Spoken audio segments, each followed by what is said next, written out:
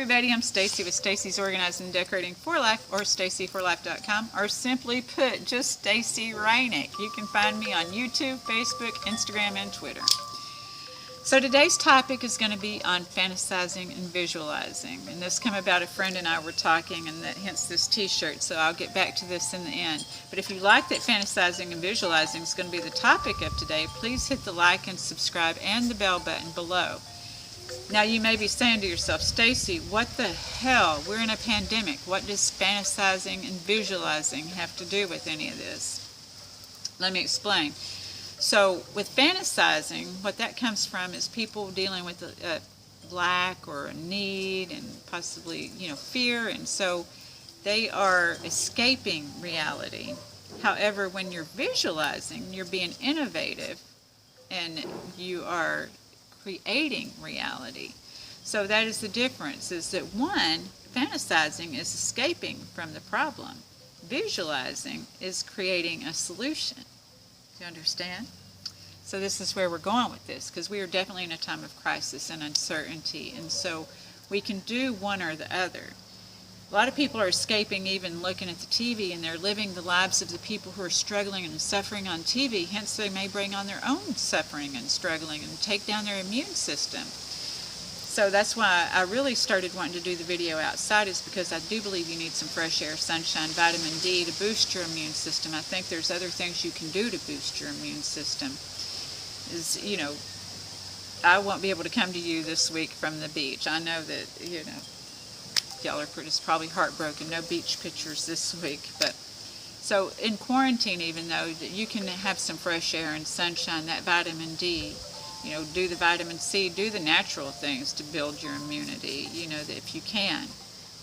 So I'm just going to share some things with you that will help you get through this crisis and thing, and suggest to you that you can do this, that you were made for this, that you have been working, probably you have these skills and things that you don't even remember that you have that can get you through this, and so the first thing I want to encourage you to do to be able to get through something like this is to focus. But how are you going to focus? How are you going to focus? Most people, when they get stressed, they forget to breathe. So first I'm going to tell you what I always tell people when they call me in crisis and stressing and stuff like that, is I'm going to tell you, breathe, darling. Breathe, darling. Breathe, darling. Because if you're not breathing, you can't focus and you can't concentrate and you can't get in that solution, and you get stressed, and that's when people start overeating, that's when people start craving, that's when people start obsessing and compulsing, and how I learned to breathe is because when I was getting off drugs, when I got in recovery, I wasn't sure if recovery was going to work. So then I also took karate too. So they worked hand in hand, because recovery helped me deal with that obsessing, that stuff that was going on inside my head that was making me self-destruct. But the outside, what I was doing is recreating a new reality from, doing stuff on the outside, being able to look in a mirror, being able to learn how to breathe and focus, and so that's what I'm offering to you today, is to be able to just breathe so you can focus. Because in karate, the first thing that you learn, I took American karate, the first thing that you learn is to get your body in shape. You're doing push-ups, you're doing the same kicks over and over. It's repetition, repetition, repetition. And then in the next phase of karate, you're learning how to do the katas, how to stay focused and remember and stay where your hands are and follow your hands and be in line and be methodical. So that's the second phase. Because a lot of people take karate just thinking, I'm going to learn how to beat somebody up. Those kids that I used to teach, that's the way they thought, is I'm going to learn how to be like their superheroes and stuff. But no, because until you get to the final phase, do you learn how to fight, And then you're still breathing. You breathe when you're learning how to get tone, and you're doing that repetition. You breathe when you're learning how to focus. And then you breathe so you can persevere. When you get to that final phase, that last part, where you think you could get your ass kicked, you learn how to breathe so you can stay in there, because you're not going to get your ass kicked. You're going to fight, and you're going to be fine, just like I was, just like we all are at this time now. but you have to breathe, darling. So I'm just offering that to you during these different phases that you're going through with this new part in your life. We're going to talk about the 3 R's in a minute, because I'm going to tell you the things that we do. So the first thing is what? Breathing. The second thing is staying in gratitude, because when I get up in the morning, first I'm grateful that I have my breath when I get up. Then I'm grateful I can open my eyes and focus. So that's even the second part of karate, being able to focus. And then I pick up my yoga mat and go turn my coffee maker on, and I get on the yoga mat, and I'm grateful that I can move my body. I can still move my body. My body's healthy. So I'm grateful, mind, body, and soul, and so I'm, doing my little prayers and stuff when I'm on my yoga mat. And I start with my head down on the ground, and then I end with my feet up looking at the sun, giving thanks to the sun, because I consider when I have my head on the ground, that's my Mother Earth. The sun is the Father, and you see that in that video. Anyway, after I do all of that, then I can have my coffee and look at my social media, my emails, my messages, and return those and stuff like that, while I'm having those 2 cups of coffee. But after that, then I go in and do my prayer and meditation. Everything is methodical and thought out, not just half-ass doing shit. It's thought out. So then I have 3 candles. I used to have 2, just the 2 tapered candles that I would light. Now I have 3 because my friend wanted me to have my Mary of Guadalupe candle. So I got a Mary of Guadalupe candle friend. So I'm doing that too, along with her rosary, praying and giving those things up to Mother Mary, because the Mother has so much patience and grace that sometimes when I can't handle some stuff, I have to give it to the Mother, So anyway, we have Mother Mary, Mother Earth, we have Luna, all the feminine there. So when I get through with that, I snuff that candle out. Then the next candle is so that I can pray for those people who are on the front lines of this sickness, and the people that are actually sick, and the people that have died, and their families and friends of all these people, and the friends on Facebook who have asked for prayers for this or that or the other, and other people, and people who have lost people due to other things, and all of that, all of the things that people are broken-hearted about. And then I start to snuff that candle out, praying for all that sorrow to be taken away, all that grief to be taken away, all the fear, all the doubts, all the uncertainty to be taken away with that candle snuffing. So Mary's gone, the second candle's gone, but I have a 3rd candle standing, and some people think you can't pray for yourself, but I'd say that you can pray for yourself. Because I say along when I'm telling you about that breathing and everything, that when you're in crisis on a plane, and I'm not in crisis, but they tell you to take that oxygen mask first, because you can't help others unless you help yourself first. So I may pray for myself last, but I still pray for myself. And so I'm putting on my oxygen mask, and I'm doing that prayer. I'm praying for my dreams and goals and visions, and for my personal family and stuff like that, for their dreams and goals and visions. And I'm praying for those things, with that candle. And then when I get through with that, I sit there and I do my meditation. I get in line with that candle, because really I'm the only person that can change me. I'm the one that is going to be dealing with this stuff. My prayer and my relationship with my higher power, my understanding is personal, and it's mine, and that's that last candle, and that's who I'm going to answer to in the end, and everything. So that's the thing, is that's what I'm going to get in line with. So I sit there and I breathe and just focus on that fire in that candle, and burning up anything that no longer serves me, that's left over, that I don't need anymore in that flame. But as the smoke lifts, I know that's my dreams and goals and visions just lifting up into the ether. It's like we didn't know where this sickness come from, the darkness. Our light will come back too, and where's it going to come from? All this stuff is energy, and I'm praying, when I pray that stuff be gone, I believe it's going to be gone. And when I pray that this stuff is going to be restored, I believe it's going to be restored. I believe everything works in a divine and right cycle. So, it's going to come back around, all of it, and I'll be praying again, or else why would we do that, So that's why it's, we do that. Sorry. So then, as I'm meditating into that and getting my intentions in line with my intuition so that I have divine guidance and know what my purpose is and being divinely led to it, that's where I'm in line for the rest of my day. Then I can get on the internet. And I try to stay on there 4 to 6 hours, y'all. And sometimes I go over 4 to 6 hours, but then again, there's other days where I don't get on the internet hardly at all.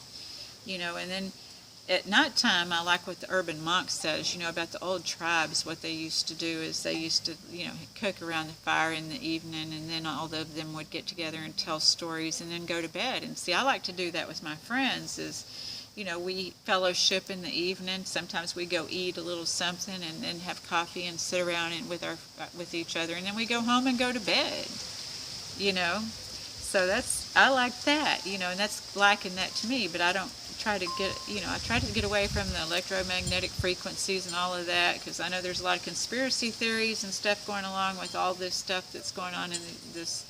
I don't know what's going on. I'm only in charge of me. So I don't know. I'm not trying to figure it all out. I think it's interesting sometimes. I'll sit and listen to it, and it makes sense, some of it. I just don't know. I don't know. So anyway, not having to find answers, because we're never going to find an answer that's going to be really, there's going to be another question for another answer all the time, right? So it's just finding out our own divinity and what we can do. I suggest to you, maybe you've been a single parent before. You've stayed home before for 2 weeks before. Why are you going to get pissed off now because you got to stay home for 2 weeks? And when we are on the computer, what I do is I've built myself a new schedule. I'm an online business, so I have to be on the computer sometimes. And I use the computer for its good too, because there are people very inspiring on the computer. And I want to get motivated. I've got to get educated, and I still do all that on the computer. And one of the people that I'm listening to on the computer is a person named Nichols, and you may have heard of her because she spoke in The Secret.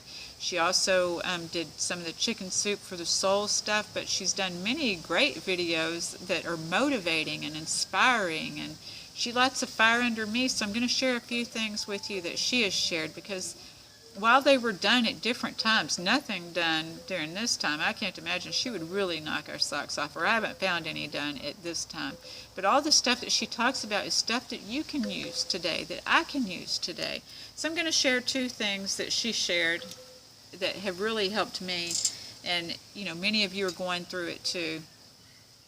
Is she talks about that you have to rediscover, redefine, and rebirth every single day. And that's kind of what I was already doing here, creating this online video business and all of this, and doing the videos and everything else.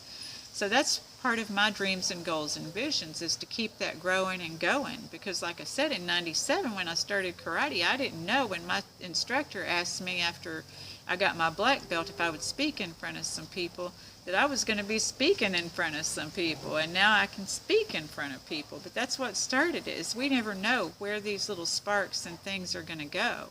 My organizing and decorating business had me helping people on a physical level that turned into an internal level, which has me speaking to you. I worked security for the schools, which had me off in the summers at home with my kids, so I could be at home and be poor, because, the schools don't pay so well. So anyway, I was made for this, and I'm telling you, you're made for this too. So what she also says, besides rediscover, redefine, and rebirth every single day, is I love this, because one of the other things I love about her when she's speaking passionately is she's talking about what her grandma says, her grandma wisdom. And I know I used to love to listen to my grandma too, and I could feel the love. This is what this lady, Nichols, tries to share and embody as love, and that's what I try to share and embody. And her heroes are the same heroes as my heroes. So you can find people in your tribe that you can vibe with. So anyway, she says that her grandma says, she says, baby, conviction and convenience don't live on the same block. Did y'all hear me? She said, baby, conviction and convenience don't live on the same block. Now many of y'all are inconvenienced right now, So hopefully you will get a conviction and move out your neighborhood, move off that block, move out of your neighborhood. That's what you got to do once you get convicted, you know, because it's not anybody else's fault. I mean, we can blame stuff on the virus. And it, you know, the virus is responsible for a lot of upheaval. We don't know what's going on with that upheaval. Is it Mother Earth responding? Is it this 5G stuff? Is it, what is it? We don't know. All we know is we have to have a change. Now we can get up and get off our block, or we can just sit there and keep watching the news, and then when all this passes, be like, what am I going to do? You can still redefine yourself right now is what I'm suggesting to you. I've got plans of what I'm going to do, and I'm visualizing. You know, that's the thing is after I blow out that candle, after my meditation, it's kind of like looking at the sun. You kind of got sunspots. So after I do my meditation, I do my prayer, I do my meditation, then I do my visualization because I can't see after that. So I close my eyes and I picture where I want to be. I picture where I want to be in business. I picture where I want to be at home. I picture where I want to be on travel. I picture where I want to be in work. I picture all those things that I want to be, but I also picture myself, where we go, this is from my friend over in Boston. I also picture myself at the Hollywood Vampires. I pictured myself meeting Johnny Depp. Maybe I could even be his life coach because I can certainly relate with him too, because I have worked with people. All the people I work with, or not all of them, but many of them are misfits that have accepted being misfits. I'm a misfit. I accept my being a misfit, but sometimes we just need a little more healing to get us out of where we are right now to where we want to be, you know, to do that healing. So we quit repeating some of those same mistakes, you know. Maybe I won't get to be his life coach. He's probably already got one. But anyway, I could still meet him. That would be cool.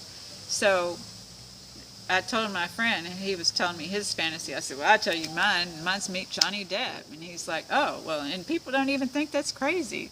Look, I got a cool-ass, kick-ass tribe, because I'd be telling them, I want to meet Johnny Depp. And they'll be like, cool. Have you emailed him? And I'm like, I've checked into that. And you can't really, all you get back is an autographed picture.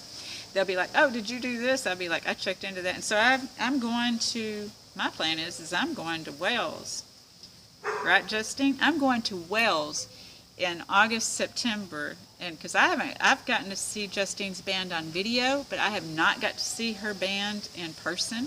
I'm so excited. I'm going to go see her band. I told her, yeah, while I'm there, I want to go see these Hollywood Vampires. She's like, okay, because, you know, Justine's down. So anyway, I'm going to have a rock and roll week. When I go over to the UK, I'm going to be spending it rocking and rolling. So I'm going to go see Justine's band. I'm going to go see the Hollywood Vampires. I checked in to getting backstage at the Hollywood Vampires, $2,000. Now today, I do not have $2,000 to get backstage, so I can meet Johnny Depp and Joe Perry and Alice Cooper, and those are small problems in the world today with what we're dealing with this pandemic. But come August, that might not be, you know, that might be doable. Who knows? It could happen. I've had stuff happen magically all the time.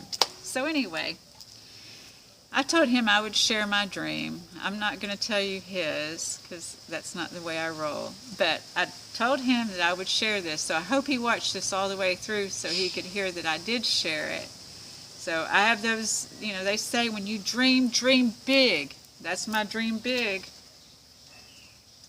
Life coach him, or people like him, and meet him. Whatever. So that being said, I hope that this has at least lifted your spirits. I hope you remember to breathe, darling, to focus. Remember, you got to get toned. You got to get ready for this. You got to focus. You got to concentrate. You got to breathe. You got to fight. But you got to stay focused. That all of this is a breath. I'm toning, I'm getting ready for this, I'm getting ready for the change, you know, and then you're going to learn the moves. You got to learn the moves. How am I going to act like a person who does this? How does a person that does this act? How do they behave? What do they do? You know, and then you're in for the fight. Then you got to suit up and stand up and just know that it's going to be all right. Even if you fail, it's going to be all right, because failing's learning, okay? Alright, well, I hope this has been of help to you. And I wish you to be well, and I wish you much love and peace. And again, if you need to contact me, it's stacyreinick@gmail.com. Bye.